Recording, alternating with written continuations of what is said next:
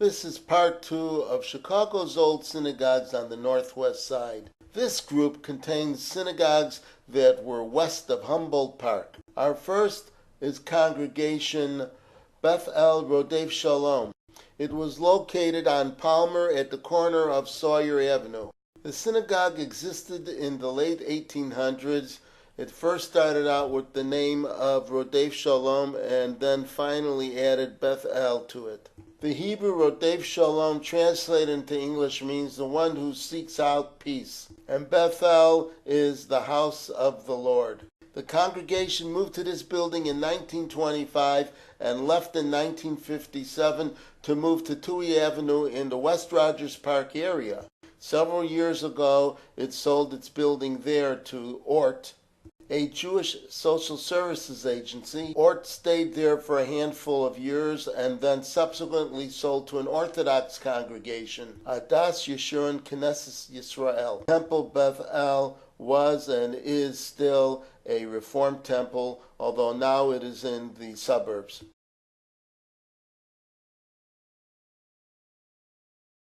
Etched in stone above the green painted door are the words Beth El.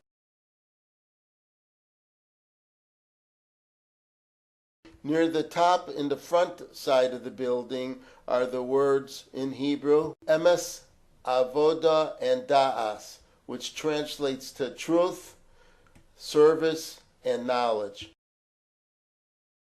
Our next synagogue takes us about a mile or so to the south, closer to Division Street, and a couple blocks west to Spalding.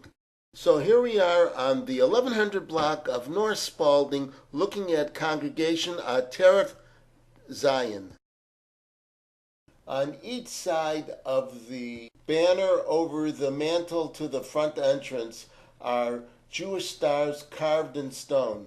This synagogue closed in the 1960s and had practiced the traditional form of service.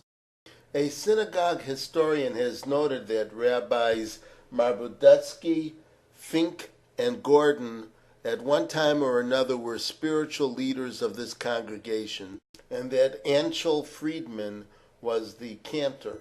Our next synagogue takes us several blocks north back to Armitage and several blocks east back to Humboldt Drive, which is on the west end of Humboldt Park, to where once housed Congregation B'nai David Ohavei Tzedek, which translates to House of David, lovers of righteousness. Spiritual leaders were at one time or another Louis Sachs and Benjamin Birnbaum.